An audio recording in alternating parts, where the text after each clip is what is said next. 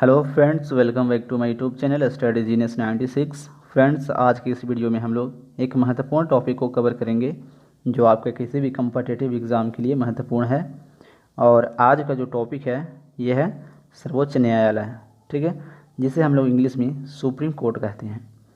तो फ्रेंड्स, यह एक ऐसा टॉपिक है जहाँ से एग्ज़ाम में प्रश्न पूछाया जाता है और हम लोग इस वीडियो में टोटल 70+ प्रश्न करेंगे, ठीक है, जो महत्वपूर्ण है आपके किसी भी कम्पिटिटिव एग्ज़ाम के लिए।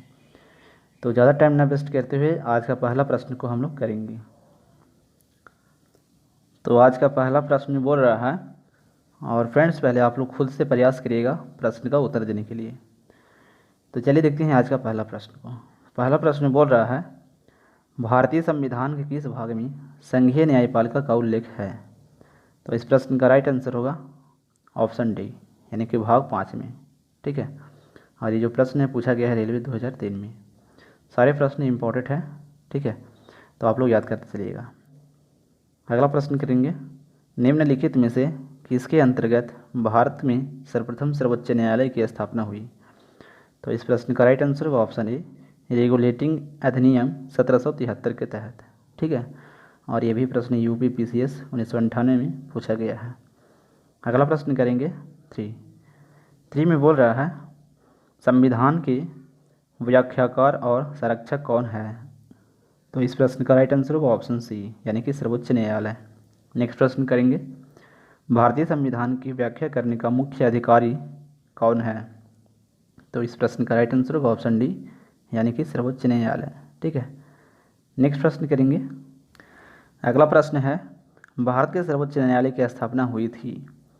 तो ये हुई थी भारत सरकार अधिनियम 1935 के अधीन, ठीक है। ऑप्शन सी इस प्रश्न का राइट आंसर होगा। नेक्स्ट प्रश्न करेंगे, मूल रूप से संविधान में सर्वोच्च न्यायालय में मुख्य न्यायाधीश के अतिरिक्त कितने न्यायाधीश की व्यवस्था थी? तो ये थी 7, ठीक है। ऑप्शन बी इस प्रश्न का राइट आंसर होगा। अगला प्रश्न करेंगे, वर्तमान में सर्वोच्च न्यायालय में मुख्य न्यायाधीश के अतिरिक्त कितने न्यायाधीश का प्रावधान किया गया है? तो ये किया गया है कुल 33। ऑप्शन डी इस प्रश्न का राइट आंसर होगा। अगला प्रश्न करेंगे 8 में बोल रहा है, उच्चतम न्यायालय के न्यायाधीशों की संख्या में वृद्धि करने की शक्ति किसके पास है? तो ये है संसद के पास। ऑप्शन सी इस प्रश्न का राइट आंसर होगा। अगला प्रश्न करेंगे, सर्वोच्च न्यायालय के न्यायाधीशों की निम्न में से कौन सी अर्हता होनी चाहिए? तो ये होनी चाहिए उपयुक्त में से कोई भी, ठीक है। ऑप्शन डी इस प्रश्न का राइट आंसर होगा, यानी कि ए, बी और सी ये तीनों सही है, ठीक है। अगला प्रश्न करेंगे 10 में है, भारत के मुख्य न्यायाधीश की नियुक्ति कौन करता है? तो इन्हें करता है भारत के राष्ट्रपति, ठीक है। ऑप्शन ए इस प्रश्न का राइट आंसर होगा। और ये प्रश्न देखिए SSC 2014 और 2020 में पूछा गया है। अगला प्रश्न करेंगे, भारतीय उच्चतम न्यायालय के न्यायाधीशों की नियुक्ति कौन करता है? तो करता है ये राष्ट्रपति, ठीक है। ऑप्शन ए इस प्रश्न का राइट आंसर होगा। अगला प्रश्न करेंगे 12 में है, भारत के कार्यवाहक मुख्य न्यायाधीश की नियुक्ति कौन करता है? तो इस प्रश्न का राइट आंसर होगा ऑप्शन सी, यानी कि राष्ट्रपति, ठीक है। अगला प्रश्न करेंगे, राष्ट्रपति सर्वोच्च न्यायालय के अन्य न्यायाधीशों की नियुक्ति में किससे परामर्श करते हैं? तो ये करते हैं सर्वोच्च न्यायालय के मुख्य न्यायाधीश से, ठीक है। ऑप्शन ए इस प्रश्न का राइट आंसर होगा। अगला प्रश्न करेंगे 14 में बोल रहा है, सर्वोच्च न्यायालय में तदर्थ न्यायाधीशों की नियुक्ति किस देश की न्याय प्रणाली से प्रेरित है? तो ये है फ्रांस से, ठीक है। ऑप्शन डी इस प्रश्न का राइट आंसर होगा। अगला प्रश्न है, भारतीय संविधान में तदर्थ न्यायाधीशों की नियुक्ति का प्रावधान है? तो इस प्रश्न का राइट आंसर होगा ऑप्शन डी, यानी कि इनमें से सभी में, यानी कि सर्वोच्च न्यायालय में, उच्च न्यायालय में और जनपद एवं सत्र न्यायालय में, ठीक है। तो ऑप्शन डी इस प्रश्न का राइट आंसर होगा। नेक्स्ट प्रश्न करेंगे, सर्वोच्च न्यायालय में तदर्थ न्यायाधीश की नियुक्ति होती है जब? तो ऑप्शन डी इस प्रश्न का राइट आंसर होगा, यानी कि न्यायालय के किसी सत्र के लिए न्यायाधीशों का कोरम नहीं होता है, ठीक है।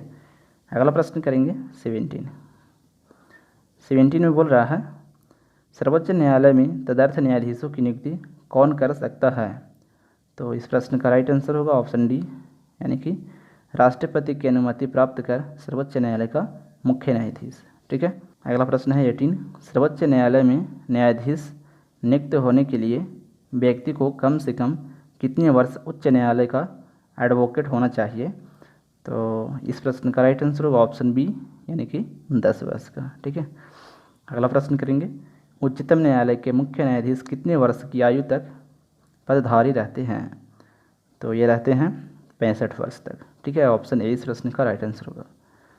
अगला प्रश्न करेंगे 20 में बोल रहा है, उच्चतम न्यायालय के न्यायाधीशों की सेवानिवृत्ति की आयु है?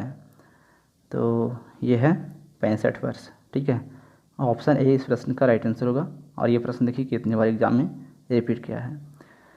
अगला प्रश्न करेंगे, सर्वोच्च न्यायालय का न्यायाधीश कितनी आयु तक कार्यरत रहता है? तो ये रहते हैं, इनमें से कोई नहीं। ठीक है, ऑप्शन डी इस प्रश्न का राइट आंसर होगा। ठीक है, और ये भी देखिए रेलवे 2005 में पूछा गया है। नेक्स्ट प्रश्न करेंगे 22 में है, सर्वोच्च न्यायालय के न्यायाधीशों को उसके पद से केवल किन प्रमाणित आधारों पर हटाया जा सकता है? तो इस प्रश्न का राइट आंसर होगा ऑप्शन सी, यानी कि उपयुक्त दोनों से। ठीक है, यानी कि कदाचार करने पर और असमर्थता पर। ठीक है, तो ऑप्शन सी इस प्रश्न का राइट आंसर होगा। अगला प्रश्न करेंगे 23 में है, सर्वोच्च न्यायालय के न्यायाधीश को कदाचार और असमर्थता के प्रमाणित आधारों पर संसद किस तरह महाभियोग का प्रस्ताव पारित कर सकती है? तो इस प्रश्न का राइट आंसर होगा ऑप्शन सी, यानी कि संसद के दोनों सदनों द्वारा अलग अलग अपने कुल सदस्यों की संख्या के बहुमत तथा उपस्थित एवं मतदान करने वाले सदस्यों के 2/3 बहुमत प्रस्ताव द्वारा। ठीक है, ऑप्शन सी इस प्रश्न का राइट आंसर होगा। नेक्स्ट प्रश्न करेंगे 24 में है, सर्वोच्च न्यायालय के न्यायाधीश के विरुद्ध महाभियोग का प्रस्ताव पारित हो जाने पर पदच्युत का आदेश कौन जारी कर सकता है? तो ये जारी करता है राष्ट्रपति। ठीक है, ऑप्शन बी इस प्रश्न का राइट आंसर होगा। अगला प्रश्न करेंगे 25 में है, उच्चतम न्यायालय के पहले न्यायाधीश का नाम बताइए जिनके खिलाफ स्वतंत्र भारत में संसद में महाभियोग का प्रस्ताव पेश किया गया था? तो इस प्रश्न का राइट आंसर होगा ऑप्शन बी, जस्टिस रामास्वामी। ठीक है, और ये प्रश्न 2019 में पूछा गया है। अगला प्रश्न करेंगे, सर्वोच्च न्यायालय के मुख्य न्यायाधीश को प्रति माह कितना वेतन मिलता है? तो इस प्रश्न का राइट आंसर होगा ऑप्शन सी, यानी कि 2,80,000। ठीक है, नेक्स्ट प्रश्न करेंगे, सर्वोच्च न्यायालय के अन्य न्यायाधीशों को प्रति माह कितना वेतन मिलता है? तो इस प्रश्न का राइट आंसर होगा ऑप्शन बी, यानी कि 2,50,000। अगला प्रश्न करेंगे 28 में है, राष्ट्रपति और उपराष्ट्रपति की अनुपस्थिति में राष्ट्रपति के कार्यों का निर्वहन कौन करता है? तो ये करते हैं भारत के मुख्य न्यायाधीश। ठीक है, ऑप्शन सी इस प्रश्न का राइट आंसर होगा। और ये प्रश्न देखिए SSC 2015 में पूछा गया है। अगला प्रश्न करेंगे, निम्नलिखित में से भारत के किस मुख्य न्यायाधीश ने राष्ट्रपति के रूप में काम किया? तो ये किए थे जस्टिस एम हिदायतुल्लाह। ठीक है, ऑप्शन ए इस प्रश्न का राइट आंसर होगा। अगला प्रश्न करेंगे 30 में बोल रहा है, सेवानिवृत्ति के पश्चात सर्वोच्च न्यायालय के न्यायाधीश वकालत कर सकते हैं? तो इस प्रश्न का राइट आंसर होगा ऑप्शन डी, किसी भी न्यायालय में नहीं। ठीक है, अगला प्रश्न है, सर्वोच्च न्यायालय के अधिकार क्षेत्र में वृद्धि करने का अधिकार किसे प्राप्त है? तो ये प्राप्त है संसद को। ऑप्शन सी इस प्रश्न का राइट आंसर होगा। नेक्स्ट प्रश्न करेंगे 32 में है, कौन सा कानून यह निर्धारित करता है कि उच्चतम न्यायालय की समस्त कार्यवाही अंग्रेजी भाषा में होगी? तो इस प्रश्न का राइट आंसर होगा ऑप्शन बी, भारत के संविधान का अनुच्छेद 348। ठीक है, अगला प्रश्न है, सर्वोच्च न्यायालय किस संस्था का निरीक्षण कर सकता है? तो ये कर सकता है अधीनस्थ न्यायालय का। ऑप्शन सी इस प्रश्न का राइट आंसर होगा। अगला प्रश्न करेंगे 34 में है, भारत में न्यायपालिका है? तो 34 का राइट आंसर होगा ऑप्शन ए, यानी कि स्वतंत्र है। ठीक है, और ये देखिए रेलवे 2005 में पूछा गया है। अगला प्रश्न करेंगे, भारत में न्यायपालिका का स्वरूप है? तो ये है एकीकृत। ऑप्शन बी इस प्रश्न का राइट आंसर होगा। नेक्स्ट प्रश्न करेंगे, राष्ट्रपति और उपराष्ट्रपति के निर्वाचन में विवाद के मामलों को किसको प्रस्तुत किया जाता है? तो ये प्रस्तुत किया जाता है भारत का उच्चतम न्यायालय को। ठीक है, ऑप्शन सी इस प्रश्न का राइट आंसर होगा। और ये SSC 2002 में पूछा गया है। अगला प्रश्न करेंगे, राष्ट्रपति और उपराष्ट्रपति से संबंधित चुनाव विवादों को सुलझाने का अधिकार उच्चतम न्यायालय को है। यह उसका, तो इस प्रश्न का राइट आंसर होगा ऑप्शन ई, यानी कि मौलिक अधिकार है। ठीक है, ऑप्शन ए इस प्रश्न का राइट आंसर होगा। नेक्स्ट प्रश्न करेंगे, राष्ट्रपति कानूनी मामलों में किसे परामर्श ले सकता है? तो ये ले सकता है सर्वोच्च न्यायालय से। ठीक है, ऑप्शन डी इस प्रश्न का राइट आंसर होगा। अगला प्रश्न करेंगे, उच्चतम न्यायालय को परामर्शदात्री बनाया गया है, तो ये बनाया गया है अनुच्छेद 143 में। ठीक है, ऑप्शन सी इस प्रश्न का राइट आंसर होगा। अगला प्रश्न करेंगे 40 में है, न्यायिक पुनर्विलोकन का अधिकार किसे है? तो ये जो अधिकार है ये है उच्चतम न्यायालय को। ठीक है, ऑप्शन बी इस प्रश्न का राइट आंसर होगा। नेक्स्ट प्रश्न करेंगे, भारत में न्यायिक पुनरीक्षण की शक्ति का प्रयोग किया जाता है, तो ये किया जाता है केवल सर्वोच्च न्यायालय द्वारा। ठीक है, ऑप्शन ए इस प्रश्न का राइट आंसर होगा। अगला प्रश्न करेंगे 42, उच्चतम न्यायालय के न्यायिक पुनरीक्षण कार्य का क्या अर्थ है? तो जो इसका जो अर्थ है ये है कानूनों की संवैधानिक वैधता का पुनरीक्षण करना। ठीक है, ऑप्शन सी इस प्रश्न का राइट आंसर होगा। अगला प्रश्न है, न्यायिक पुनर्विलोकन का अर्थ है कि सर्वोच्च न्यायालय, तो 43 का राइट आंसर होगा ऑप्शन डी, यानी कि किसी भी राज्य के कानून को अवैध घोषित कर सकता है। ठीक है, और ये प्रश्न बीपीएससी 1994 में पूछा गया है। अगला प्रश्न करेंगे 44 में है, न्यायिक पुनर्विलोकन में न्यायालय को निम्नलिखित अधिकार प्राप्त है, तो इस प्रश्न का राइट आंसर होगा ऑप्शन ए, यदि कोई कानून या आदेश संविधान के विपरीत हो तो उसे असंवैधानिक घोषित करना। ठीक है, ऑप्शन ए इस प्रश्न का राइट आंसर होगा। अगला प्रश्न करेंगे, न्यायिक पुनर्विलोकन की व्यवस्था, तो 45 का राइट आंसर होगा ऑप्शन सी, यानी कि भारत और यूएसए में है। ठीक है, अगला प्रश्न है 46 में है, केंद्र और राज्यों के विवादों का समाधान करना सर्वोच्च न्यायालय के जिस क्षेत्राधिकार के अंतर्गत आता है वह है, तो ये है प्रारंभिक। ठीक है, ऑप्शन डी इस प्रश्न का राइट आंसर होगा। अगला प्रश्न है, निम्नलिखित में से किस मामले को उच्च न्यायालय में प्रत्यक्ष रूप से दाखिल नहीं किया जा सकता है?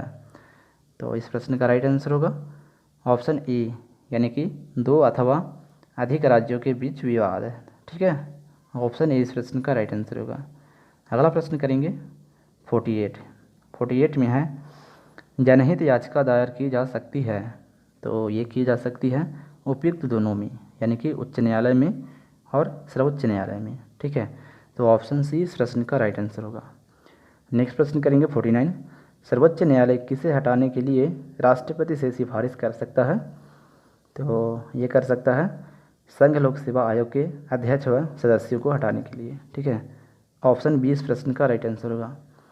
नेक्स्ट प्रश्न करेंगे 50 में है, दो या अधिक राज्यों के बीच किसी विवाद के मामले में निर्णय लेने की सर्वोच्च न्यायालय की शक्ति क्या कहलाती है? तो ये कहलाती है आरंभिक अधिकारिता। ठीक है, ऑप्शन ए इस प्रश्न का राइट आंसर होगा, और ये प्रश्न सीडीएस 2020 में पूछा गया है। अगला प्रश्न करेंगे 51 में है, उच्चतम न्यायालय द्वारा परमादेश किसे जारी किया जाता है? तो ये किया जाता है किसी अधिकारी को सरकारी आदेश निभाने के लिए।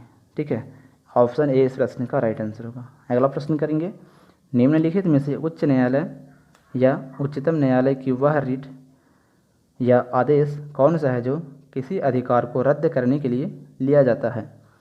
तो ये है अधिकार परीक्षा रीट।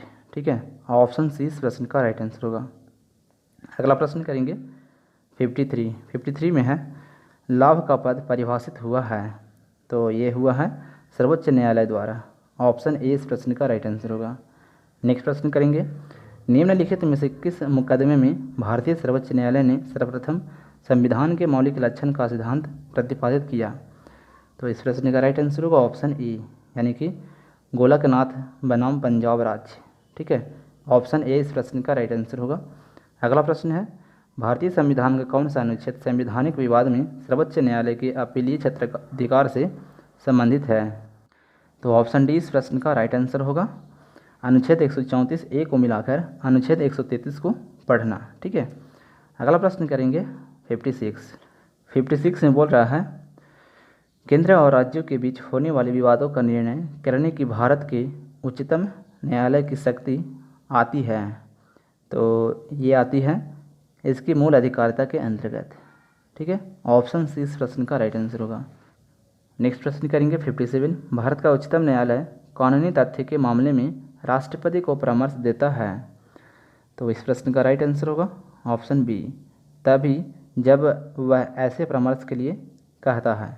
ठीक है, अगला प्रश्न करेंगे 58 में है राष्ट्रीय मानव अधिकार आयोग के अधिनियम 1993 अनुसार निम्नलिखित में से कौन इस आयोग का अध्यक्ष बन सकता है। तो इस प्रश्न का राइट आंसर होगा ऑप्शन सी, केवल भारत के सेवानिवृत्त मुख्य न्यायमूर्ति। ठीक है, अगला प्रश्न करेंगे 59 में है भारत के सर्वोच्च न्यायालय ने संविधान के आधारभूत ढांचे के किस सिद्धांत को स्पष्ट किया है। तो इस प्रश्न का राइट आंसर होगा ऑप्शन सी, शंकरी प्रसादवाद 1951 में। ठीक है, और देखिए ये प्रश्न देखिए 2013 और 2020 में रिपीट हुआ है। अगला प्रश्न करेंगे 60 में है किस वाद में सर्वोच्च न्यायालय ने कहा था कि संसद को मूल अधिकार में संशोधन करने की शक्ति प्राप्त है, पर वह संविधान के मूल ढांचे में संशोधन नहीं कर सकती। तो इस प्रश्न का राइट आंसर होगा ऑप्शन ए, केशवानंदन भारतीवाद में। ठीक है, अगला प्रश्न करेंगे सर्वोच्च न्यायालय के प्रथम मुख्य न्यायाधीश कौन थे। तो ये थे लाल जे कानिया। ठीक है, और ये प्रश्न एनटीपीसी 2021 में पूछा गया है। तो ऑप्शन ए इस प्रश्न का राइट आंसर होगा। अगला प्रश्न है 62 में है सर्वोच्च न्यायालय के मुख्य न्यायाधीश के पद पर सर्वाधिक लंबी अवधि तक कौन पदस्थ रहा। तो ये रहा था वाई चंद्रचूड़। ठीक है, ऑप्शन डी इस प्रश्न का राइट आंसर होगा। अगला प्रश्न है सर्वोच्च न्यायालय के मुख्य न्यायाधीश के पद पर सबसे कम समय तक कौन आसीन रहा। तो ये रहा कमल नारायण सिंह। ऑप्शन सी इस प्रश्न का राइट आंसर होगा। अगला प्रश्न करेंगे 64 में है सर्वोच्च न्यायालय के किस मुख्य न्यायाधीश ने 20 जुलाई 1969 से 24 अगस्त 1969 तक कार्यकारी राष्ट्रपति के रूप में कार्य किया। तो इस प्रश्न का राइट आंसर होगा ऑप्शन बी, एटीएम हिदायतुल्लाह। ठीक है, अगला प्रश्न है वर्ष 1973 में सर्वोच्च न्यायालय के किस मुख्य न्यायाधीश की नियुक्ति के समय प्रथागत वरिष्ठता के सिद्धांत को पहली बार त्यागा गया। तो 65 का राइट आंसर होगा ऑप्शन ए, यानी कि एन रे। ठीक है, अगला प्रश्न करेंगे 66 में है निम्नलिखित में उच्चतम न्यायालय की सबसे पहली महिला न्यायाधीश कौन थी। तो इस प्रश्न का राइट आंसर होगा ऑप्शन सी, फातिमा बीबी। ठीक है, अगला प्रश्न करेंगे संविधान की व्याख्या करने का अंतिम अधिकार किसे प्राप्त है। तो ये प्राप्त है सर्वोच्च न्यायालय को। ठीक है, ऑप्शन डी इस प्रश्न का राइट आंसर होगा। और ये प्रश्न देखिए कितने बार एग्जाम में रिपीट हुआ है। ठीक है, 68 में बोल रहा है निम्नलिखित में से किसके मामले में उच्च न्यायालय व उच्चतम न्यायालय दोनों की अधिकारिता में आते हैं। तो 68 का राइट आंसर होगा ऑप्शन सी, यानी कि मूल अधिकारों का संरक्षण। और ये प्रश्न यूपीएससी 1993 में पूछा गया है। अगला प्रश्न करेंगे 69 में है उच्चतम न्यायालय की परामर्शदात्री। अगला प्रश्न करेंगे 69 उच्चतम न्यायालय की परामर्श अधिकारिता के विषय में निम्नलिखित में से कौन से कथन सही है। नीचे दिए गए कुटों की सहायता से उत्तर का चयन कीजिए। ठीक है, तो 69 का राइट आंसर होगा ऑप्शन सी, यानी कि 2 और 3 वाला सही है। ठीक है, तो नंबर 2 में बोल रहा है परामर्शी अधिकारिता शक्ति के अधीन प्राप्त किसी निर्देश पर उच्चतम न्यायालय की पूर्ण पीठ सुनवाई करती है। और नंबर 3 में है परामर्शी अधिकारिता के अधीन प्राप्त निर्देश पर व्यक्त किया हुआ उच्चतम न्यायालय का मत सरकार पर बाध्यकारी नहीं होता। ठीक है, तो ऑप्शन सी इस प्रश्न का राइट आंसर होगा। ठीक है, ये वाला। अगला प्रश्न करेंगे 70 में है कौन सा अनुच्छेद सर्वोच्च न्यायालय को अभिलेख न्यायालय का स्थान प्रदान करता है। तो 70 का राइट आंसर होगा ऑप्शन सी, यानी कि अनुच्छेद 129। अगला प्रश्न करेंगे 71 में है निम्नलिखित में से कौन सबसे पहली महिला वकील है जिनको सीधे उच्चतम न्यायालय के न्यायाधीश के रूप में नियुक्त किया गया। तो 71 का राइट आंसर होगा ऑप्शन डी, यानी कि इंदु मल्होत्रा। ठीक है, और ये रेलवे 2018 में पूछा गया। अगला प्रश्न है 72 में है परामर्शदायी अधिकार क्षेत्र के अंतर्गत उच्चतम न्यायालय किसी विधि के प्रश्न या जनता के लिए विशेष महत्व के तथ्य पर परामर्श देता है जो उसे भेजा जाए। तो इस प्रश्न का राइट आंसर होगा ऑप्शन डी, राष्ट्रपति द्वारा। ठीक है, अगला प्रश्न करेंगे, जब भारतीय न्यायिक पद्धति में लोकहित मुकदमा यानी कि PIL लाया गया तब भारत के मुख्य न्यायमूर्ति कौन थे? तो ये थे PN भागवती। ऑप्शन डी इस प्रश्न का राइट आंसर होगा। अगला प्रश्न करेंगे 74 में है सर्वोच्च न्यायालय में न्यायाधीश नियुक्ति होने के लिए व्यक्ति को कम से कम कितने वर्ष उच्च न्यायालय का एडवोकेट होना चाहिए? तो इस प्रश्न का राइट आंसर होगा ऑप्शन बी, यानी कि 10 वर्ष तक। ठीक है, अगला प्रश्न करेंगे 75 में है सर्वोच्च न्यायालय के न्यायाधीश भारत के राष्ट्रपति द्वारा हटाया जा सकते हैं। तो इस प्रश्न का राइट आंसर होगा ऑप्शन डी, संसद में महाभियोग प्रस्ताव पारित होने पर। ठीक है, अगला प्रश्न करेंगे, भारत में सबसे बड़ा अपीलीय न्यायालय कौन सा है? तो ये है उच्चतम न्यायालय, और ये प्रश्न ACC 2019 में पूछा गया है। अगला प्रश्न करेंगे 77 भारत के उच्चतम न्यायालय को, तो 77 का राइट आंसर होगा ऑप्शन डी, प्रारंभिक अपीलीय और परामर्शदायी क्षेत्राधिकार है। ठीक है, नेक्स्ट प्रश्न है 78 भारत में किस संवैधानिक पद पर कोई महिला नहीं रही है? तो इस प्रश्न का राइट आंसर होगा ऑप्शन डी, उच्चतम न्यायालय के मुख्य न्यायाधीश के पद पर। ठीक है, अगला प्रश्न करेंगे 79 में बोल रहा है खाली स्थान के फैसले भारत के बाकी सभी न्यायालयों को मान्य होते हैं। तो 79 का राइट आंसर होगा ऑप्शन ए, भारत के उच्चतम न्यायालय के। ठीक है, और ये प्रश्न ACC 2017 और 2019 में पूछा गया है। अगला प्रश्न करेंगे सर्वोच्च न्यायालय के जजों का वेतन किससे आहरित होता है? तो ये होता है संचित निधि से। ठीक है, ऑप्शन सी इस प्रश्न का राइट आंसर होगा, और ये प्रश्न 2008 में पूछा जा चुका है रेलवे में। अगला प्रश्न करेंगे 81 निम्नलिखित में से कौन से उच्चतम न्यायालय की आरंभिक अधिकारिता में आते हैं? तो 81 का राइट आंसर होगा ऑप्शन सी, और इसका यहाँ पे ऑप्शन दिया गया है। ठीक है, यहाँ पे हम लोग को कोटों से चुनना है। तो इस प्रश्न का राइट आंसर होगा ऑप्शन सी, यानी कि 1 और 4, यानी कि ये वाला। ठीक है, 1 और 4 इस प्रश्न का राइट आंसर होगा, नंबर 1 और नंबर 4 वाला, यानी कि भारत सरकार तथा 1 या अधिक राज्यों के बीच का विवाद। ठीक है, और 2 या अधिक राज्यों के बीच का विवाद। तो नंबर 1 और नंबर 4 जो है ये सही है। ठीक है, नेक्स्ट प्रश्न करेंगे 82, और आज का ये लास्ट प्रश्न है। तो इसमें बोल रहा है सर्वोच्च न्यायालय की स्थापना के संबंध में निम्नलिखित में से कौन सा कथन सही है? तो यहाँ पे लिखा हुआ नीचे दिए गए कोट से सही उत्तर का चयन कीजिए। तो 82 का राइट आंसर होगा ऑप्शन ए, केवल 1 वाला जो है ये सही है। ठीक है, यानी कि नंबर 1 वाला। और इसमें बोल रहा है कलकत्ता में सर्वोच्च न्यायालय की स्थापना 1773 के रेगुलेटिंग एक्ट के द्वारा की गई थी, ये सही है। और ये जो प्रश्न है पूछा गया है 2020 में। ठीक है, तो फ्रेंड्स हम लोग इस वीडियो में टोटल 82 क्वेश्चन कंप्लीट किए हैं जो आप किसी भी कंपैटिटिव एग्ज़ाम के लिए महत्वपूर्ण हैं। तो ये वीडियो आपको कैसा लगा कमेंट करके ज़रूर बताइएगा, और चैनल पर अगर पहली बार विजिट कर रहे हैं तो बेल आइकन प्रेस करके हमारे साथ ज़रूर जुड़ जाएं। ठीक है, तो चलिए मिलते हैं फिर अगले इम्पोर्टेंट वीडियो के साथ। तब तक के लिए जय हिंद।